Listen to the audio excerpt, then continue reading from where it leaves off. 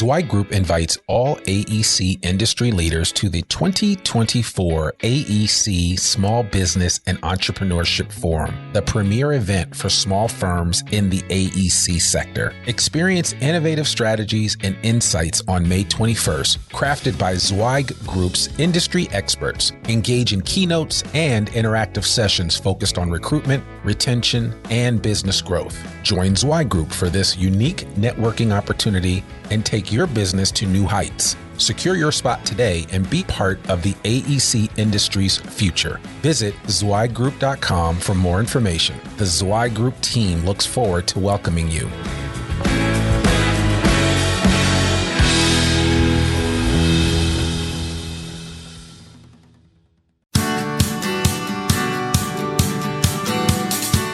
Welcome to the Zweig Letter Podcast, putting architectural, engineering, planning, and environmental consulting experts straight talk in your ear. These podcasts deliver great interviews with industry leaders and Zweig Group's 3 decades of invaluable research, leadership, management, marketing, client, and HR advice directly to you, free of charge. The Zweig Letter Podcasts let you develop personally and professionally, wherever you are.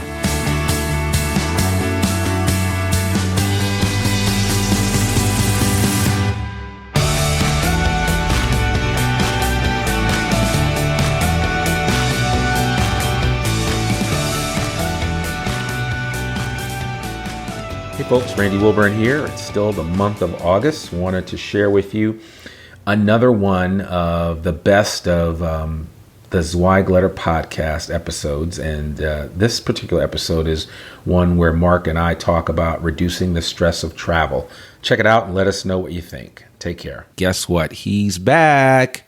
Mark Zweig is here with us today, and I finally had a chance to corral him for a few podcast episodes. And today we're going to talk about an issue that he has brought up several times before. He's written about it over and over again, and I don't think there's anybody more qualified to talk about reducing the stress of travel than Mark. I know in the past he has spent time flying back and forth from Boston to California on a weekly basis. He's been there, done that, seen everything change, including the drastic change with regard to security after 9/11. And Mark certainly has a lot of ideas and a lot of insight in this area, especially for you young up-and-coming designers, architects, engineers that are starting to get on the road for your firm. You know, how do you make travel work? How do you kind of keep the balance going, maintain things while maintaining your home life, et cetera? But Mark has he wrote an article recently in the February 19th issue of the Zweig Letter publication, which he talked about reducing the stress of travel. And so, Mark, we're so glad to have you on today, and I'd love for you to enlighten our listening audience about some of the tips and tricks of getting the most out of traveling and how to be more efficient about that process. I don't know if I can tell you how to get the most out of it, but I can tell you how to be efficient and make it less stressful. Well, that's cool. Well, we'll take that. So there were a couple of things that you mentioned that really, in your mind, are practices that you try to initiate every time you do travel. One of the things you said right away was eat before you get on the plane, and the importance of that. Yeah, absolutely. Because you never know. You could have delays. You could sit out there on the tarmac for 3 hours. Anything can happen. Any delay then makes your connection difficult, which means you probably won't be able to eat.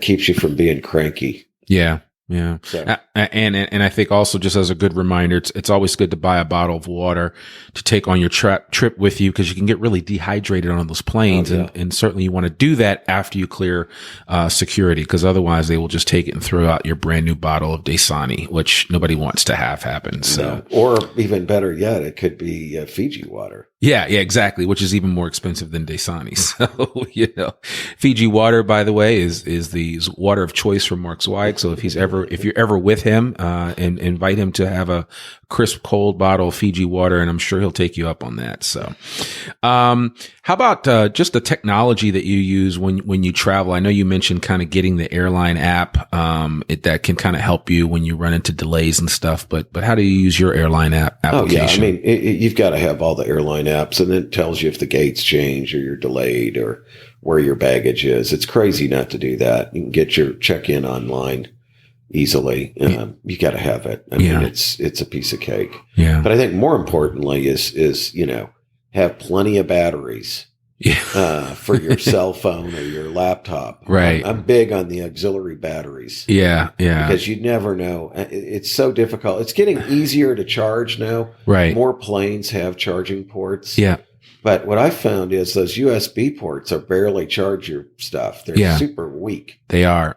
If your cord will even stay in there, because a lot of times they're so worn out that as soon as you plug your cord in, it just falls out. The AC ones are terrible. Yeah. They're always worn out. Yeah. And that's a huge problem. I was going to mention that. Yeah. So I'm always like spreading out my little tongs so they fit in there. Right. Reaching down and holding it. I'd rather just have really good batteries. Yeah. They don't cost that much. You can get one for $50 that'll really do a great job for anything all day. Yeah, absolutely. And for those of you listening, when Mark's referring to those rechargeable batteries that are really beneficial to have, you can find them on Amazon in a variety of prices, a variety of sizes, and a lot of them will recharge your smartphone 2, 3, even sometimes 4 times in a day. And you never have to physically find an electrical outlet. Which is what I need to make it through the whole day. Exactly. I can burn through that entire battery and 100% charge on my phone in one day. Yeah. You do qualify as a power user of your phone. So you need that. So yeah, no, that's awesome. You also mentioned something else. And I know for us living out here in the hinterlands of the great state of Arkansas, taking the first flight out of Dodge in the morning is always a good idea. I think it's a good idea no matter where you are. Yeah. Because if there are delays, you've got a chance to still get there. Yeah. And, if things are in trouble, if there are weather problems, whatever, those things just build up throughout the day. They just get worse and worse. Yeah. And you'll have more options the sooner you leave. Yeah, absolutely. Absolutely. So how about on the plane? I mean, in terms of kind of I've traveled with you numerous times, but I know that you mentioned that, trying to get your seats in advance is a big help, in terms of that. But any specifics about seats and seating arrangements when you're traveling? I mean, I like to sit in the aisle so I can get up and go to the bathroom if I need to. Right. Or if I have somebody next to me who weighs 2 or 3 times what the average person does, I can get some which happens quite a bit. It does happen. I can get some fresh air by leaning into the aisle. It's just, I feel trapped if I'm not in that aisle seat. I also like the emergency exit rows, though. Yeah. If you can get more that, leg room. I call that poor man's first class. Exactly. And that's always my favorite. I don't know why anyone wants a bulkhead seat.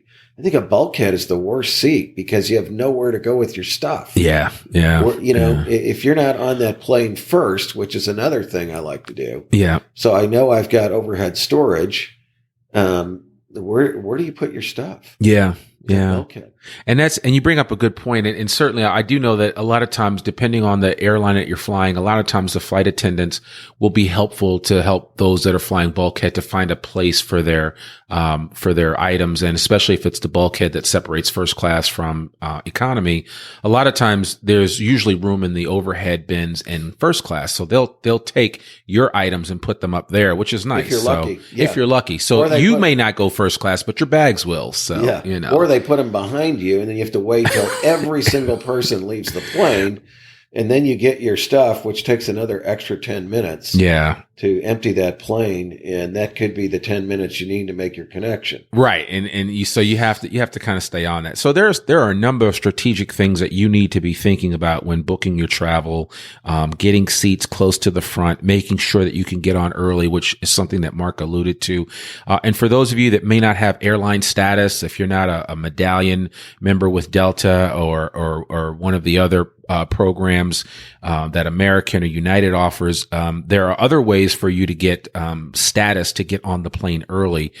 Certainly, if you have served in the military, whenever they call in for either active duty or people that have served in the military, a lot of times they're letting those individuals board first, which is helpful because it gives you space in the overhead bins. The other thing that you can do is to get an affinity credit card, which will provide you with that ability to board board early as well. I know with, like, for example, Delta has a partnership with American Express as an example. And with that American Express partnership, if I didn't have status with Delta, I could use my Delta Amex card, book my travel, and I would automatically get Sky privileges, which would allow me to board after first class. So yeah, it helps. I mean, every little bit helps. It does. You want to try not to do the gate check thing because, or leave your bag at the on the jetway, so you pick it up in a long ass line. I feel so bad for all those people that have to do that. Me too. So it's like, I don't want to do that. I'm going to pack light, man. Yeah. I want to not be waiting around for my bag. Yeah. And speaking of which, and that kind of goes to my next thing is it's always helpful to dress in layers, even if you're going from a warm destination to a cold destination, or from a cold destination to a warm destination. It gets cold on those planes. It gets drafty, and you may not want to put a airplane blanket on you that has been used by 50 million other people, with all of the germs and everything that are just traveling around. Sometimes it's just better to put on an extra layer when you travel, and you'll find it's just much more comfortable for you. And that goes into also packing. The biggest mistake that I see, and even I see some business travelers. I know, Mark, you're not a big fan of the rollerboard luggage. And I know you like to travel kind of like with a soft side case that can easily fit in the overhead. Yes. But that's been, you've practiced that for years, right? I mean, yeah. So I roll my shirts up, by the way. And right. They come out fine. Yeah. And then when you get wherever you're getting, if you have any wrinkles, hang them on that hook on the back of the bathroom door, turn the shower on hot, steam them out. For 20 minutes, you're good to go. Man, yeah. You don't even need 20 minutes. There are a ton of tricks that you can employ when it comes to travel that will allow you to literally pack like you're going on a safari and jam everything into a small bag, and then come out with all your stuff looking like $1 million. What I will do for this particular episode in our show notes is I'm going to provide a couple of YouTube videos from some expert packers that show individuals how to pack properly, because I think there is an art to it. I just laugh when I see people get on the plane with all this crap, and I'm like, where are you going with this? It's the worst. So, trust me when I say this, especially for business travelers, less is more. You can't, you cannot, try to have an outfit for everything. And I'm always amazed when I look at people like Jamie Claire Kaiser, our director of consulting, who's always on the road. And if you saw what she travels with, it's like, man, she's basically carrying nothing, but she puts it so well together, and she always looks like $1 million no matter where she goes. Yep. And so there is certainly an art to it. And for those of you that are just starting to hit the road now and early on in your career, you can do it. Trust me when I say this, it's not that difficult. And we will provide some additional resources and information and video in the show notes so that you can see that. Another thing that you mentioned, Mark, and I know that I think you've recently done this, but you should get TSA pre-status if you don't already have it. Oh yeah, absolutely. Yeah. And for those of you that don't know what TSA pre-status means, it just means that you no longer have to take off your belt or your shoes or anything else and be patted down or anything like that when it comes to going through security. Now, they still do random checks just to go ahead and kind of upset the apple cart and make sure that people aren't so used to going through freely through security. But I rarely, if ever, have a problem with TSA pre. And I actually went one step further, and I got what's called Clear, which is like TSA pre on steroids. It's TSA pre coupled with the fact that I can like walk anywhere, and all I have to do is biometrically give my fingertip to the little kiosk, and they take me right up to the front, and I go right through security, and there's no issues whatsoever. That's awesome, man. Yeah. And now Clear, and I'll put a link on there. Clear is available now in about 30 airports across the country, some of the busiest airports. And I don't know about you, but if you've ever been in LA on a Friday afternoon and going through the security line, there's easily a couple hundred people on the line. you could miss your flight. Yeah. So, it allows me, having TSA pre, first of all, allows you to not have to feel like you've got to rush to the airport so early because you're worried about the lines. That's not an issue. Between possibly having some type of preferred status with the airline that allows you to board early, you don't have to worry about a lot of those issues that come up for the normal traveler. And for those of you listening that have to get on the road and go see clients, this will just make your life so much easier. You also mentioned something else, which is actually kind of important. You said, carry all your prescriptions and other drugs you need with you on the plane. Yeah. Well, obviously you don't want to lose your bag if you checked it. Right. And some people still do check their luggage. They do. Yeah. I mean, So, sometimes you have to. You got so much stuff. right. You're going to give a seminar or something. You got books that you have to check or whatever. It's possible you'll be checking, but don't leave your prescriptions there.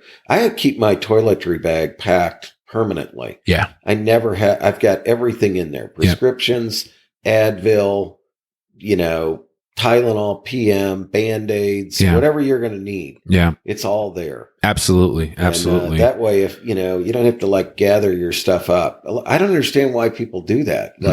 Get 2 of everything, deodorant, whatever, just razors. Have it and be ready to go. Yeah. I did that a long time ago too. That's a great tip, is to basically, I actually have a personal DOP kit or a toiletry kit just for when I travel with family. And then I have one for business that I always make sure it's fully stocked and ready to go. I don't have to think about, do I have this stuff in it? It's already in there. Exactly. I just drop it in my bag and then I go. And it's very small too. Sure, that's the other thing. You don't need a lot, because there's some hints and tips there, especially if you don't have to carry the big can of shaving cream or anything like that. I mean, what a lot of people don't realize is that actually the conditioner that the hotel leaves in your room for your hair actually works really well on shaving. I never bring shaving. I mean, there are some really cool little tips, and don't carry a straight edge razor on the plane. No, because that will get pulled quickly. They may not like that. So, I can see that. They're box cutters and straight edge razors. I mean, does anybody use a straight edge razor? I do. I shave with a straight edge razor. Lord. So I like to get a nice, smooth, clean shave. Man. Yeah, it is. It's like a Ginsu knife. So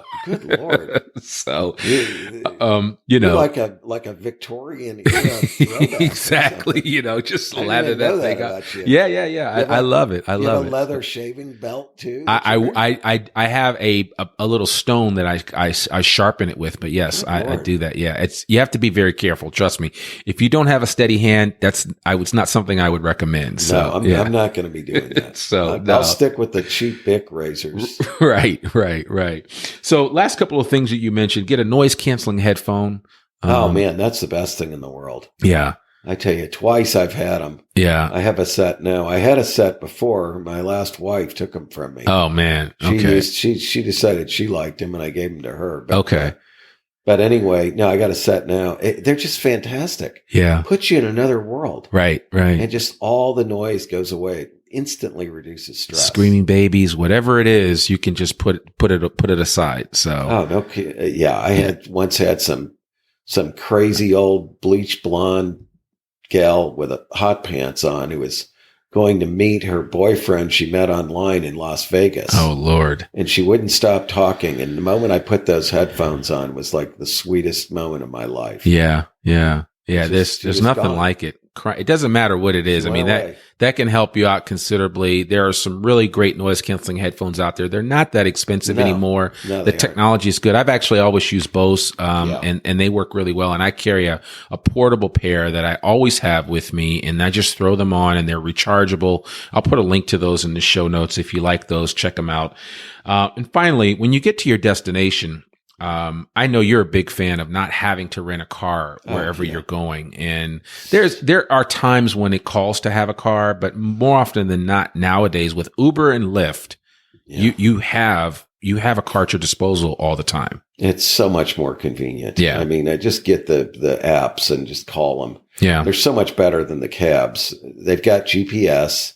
You don't have to get any cash out. Right. They know where the hell they're going. Yeah. It's just, the cars are better. Yep. You don't get in that LTD that's got 680,000 miles and the rear or end's the Crown hauling. Vic. Yeah. and the AC's broken. I've had all that. Right. Get in the Luminon at George Bush in Houston, and you're going to fly to and you got to drive 50 miles to wherever you're going in Houston, and and the guy's got no AC. He doesn't tell you till you're leaving the airport property. It's not good. It's not good at all. So that's happened to me. Oh, I know. I know. Yeah, and you're somewhere where it's hot, so that's the issue. Uber is great. I love it. It's so convenient. You know exactly where the car is, who it's going to be, how long it's going to be before they get there. Yeah. You see it all on your app. Just a piece of advice, especially for those of you that are renting with Uber and Lyft. Certainly, I want to recommend, especially if you're a woman, to double check their license plate numbers that they match on your app, as well as the car that's picking you up and the person. I've had situations as a guy where I've had somebody pick me up and that person's picture wasn't the person on there. And it turned out it was somebody working with somebody else as a partnership, but they picked me up, and you just want to be mindful of that. And I'm a guy, and so I feel like I can handle myself. But, if you're traveling on the road as a woman, you want to be mindful of things like that. So make sure things match up. Make sure the individual's picture, and Uber and Lyft will show you the picture of the driver, and they'll also give you the license plate number. Make sure all that matches up so that you're not just getting in some random car of somebody that's pretending to be an Uber or Lyft driver. Safety first in everything that you do. We certainly want to encourage you to do that. But those are just some of the tips that Mr. Zweig had to share with us today. And Mark, we certainly appreciate you, taking time out and sharing some of your best practices when it comes to travel. 38 years doing this. You're not, this is not your first rodeo. So we appreciate that. No, it's been a long time, man. So I always remind you of that, but that doesn't matter. It's all good. So, but anyway, we want to thank you for joining us today on this episode of the Zweig Letter Podcast. And folks, I just want to remind you that the Zweig Letter newsletter, which has run continuously since 1992, is a great publication. Imagine 12 pages of high level content and information for the design industry, architect, engineer, environmental consultant, planner, landscape architect. No matter what role you serve in this industry, we have information for you. And so we highly encourage you to get a subscription to the Zweig Letter Podcast. And best of all, we're giving it away for free. You can get a digital subscription to the Zweig Letter Podcast by just going to www.zweiggroup.com and then clicking on the Zweig Letter icon at the top of the website page. There's a word there. It says Zweig Letter. Click on it, and just all you have to do is enter your email address. We don't need anything else. And you'll get every Monday morning, fresh, hot off the presses, a brand new edition of the Zweig Letter. You'll love it. It's perfect. So, you can't beat it. And it's free. It's free. It's, you can't even say that about the Krispy Kreme donuts that are fresh. They're not free. They're not free. No, they aren't free. This is free and it's fresh. Yes, exactly. And Mark writes Mark writes an article every week. He has some new insight. And so what we try to do on this podcast is to share some of that insight with you. And so that Reducing the Stress of Travel was an article from a recent Zweig letter. And that's the kind of quality information that you get from Mr. Zweig and from the rest of the contributors to the Zweig letter. And so I would encourage you to check it out. And I know that our managing editor, Richard Massey, would greatly appreciate having you do that, because he's very proud of this newsletter and the time and effort that he puts into it.